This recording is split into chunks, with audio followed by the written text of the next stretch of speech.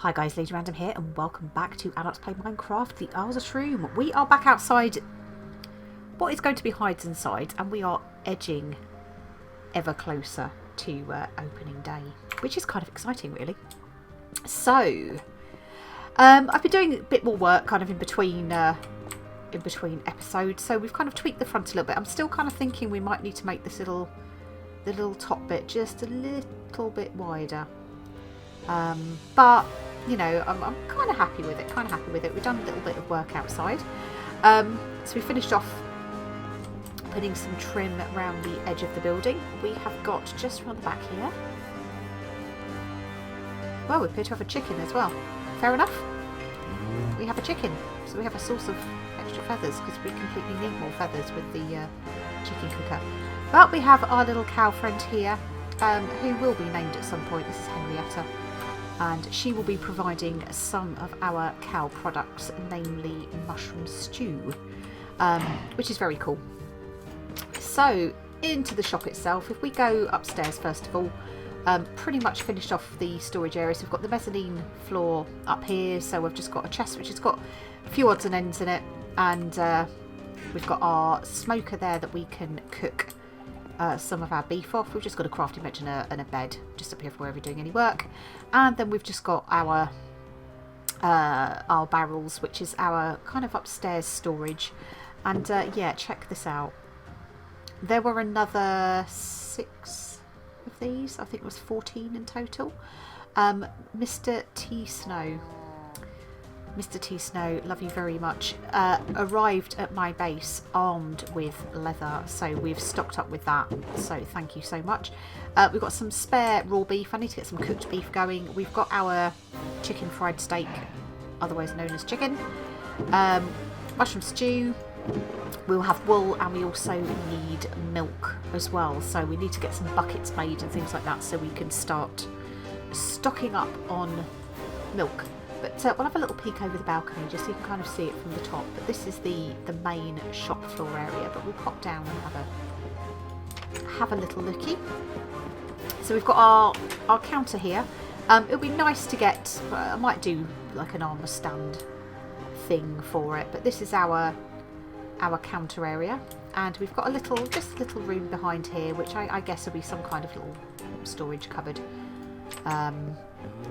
But yeah, this is our counter and our door out to the back, and looking up at our mezzanine floor. And I've done sort of a little bit of a design on the floor. It's not really like a hide shape, but it kind of is. I was tempted to do it in acacia wood, but the colour is just horrible, so I haven't.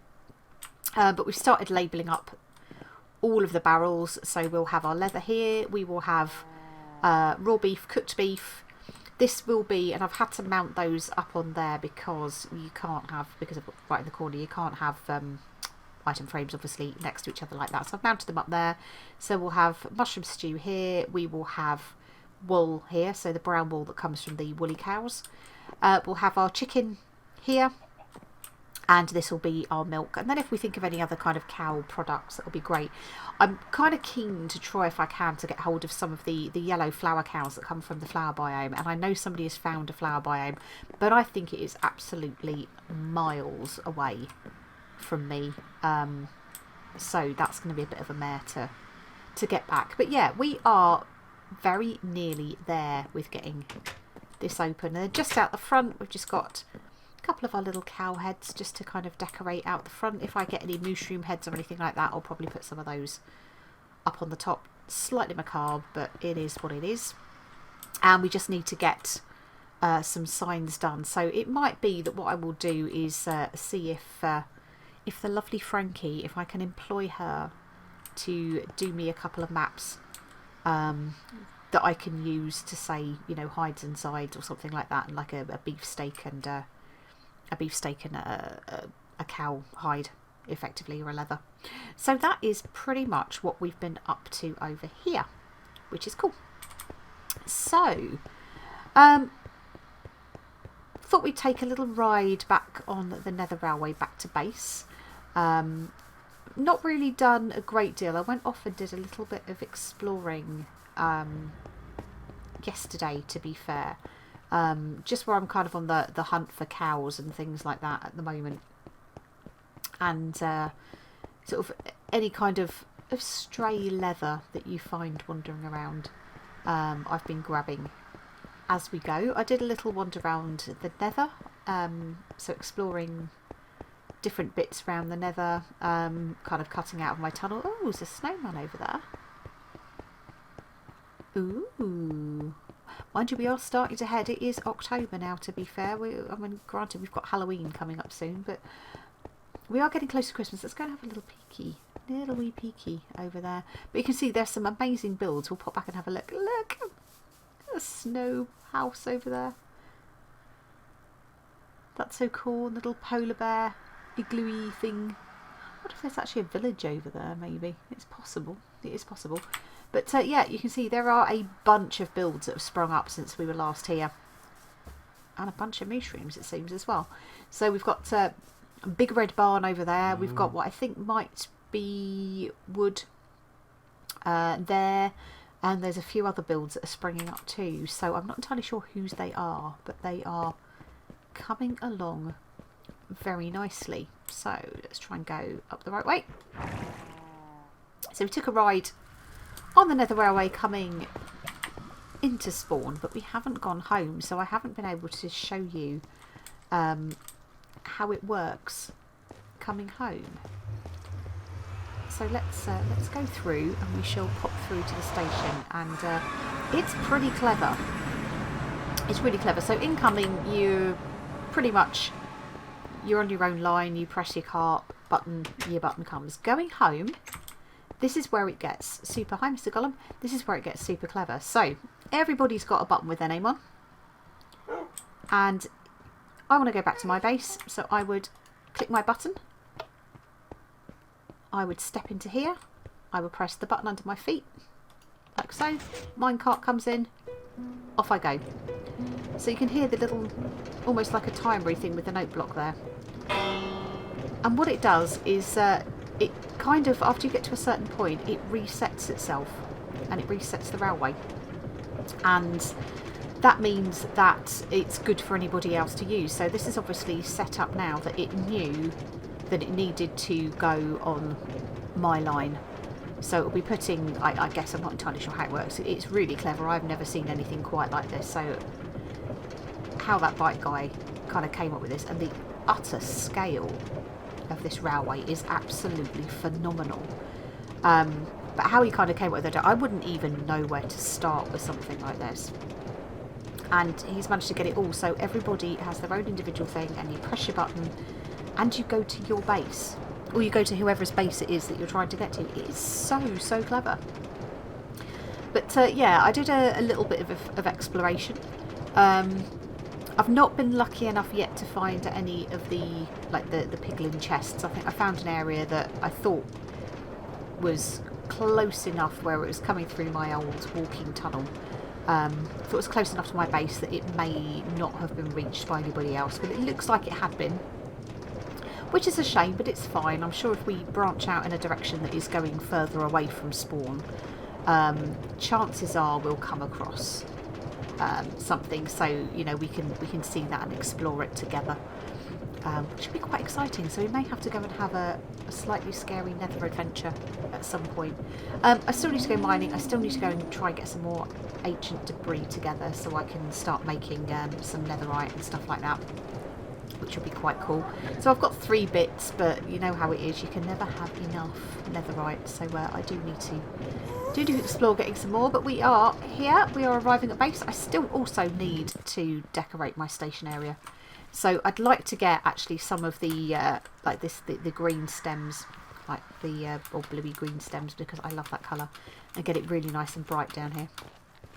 So that is my thought process. I've not been down in my mining area at all, actually. Oh dear. Oh, never mind. But that's fine. It's cool. It's cool. We can sort that. We can go down there at some point. And I'm going completely the wrong way. We want to go back through our portal.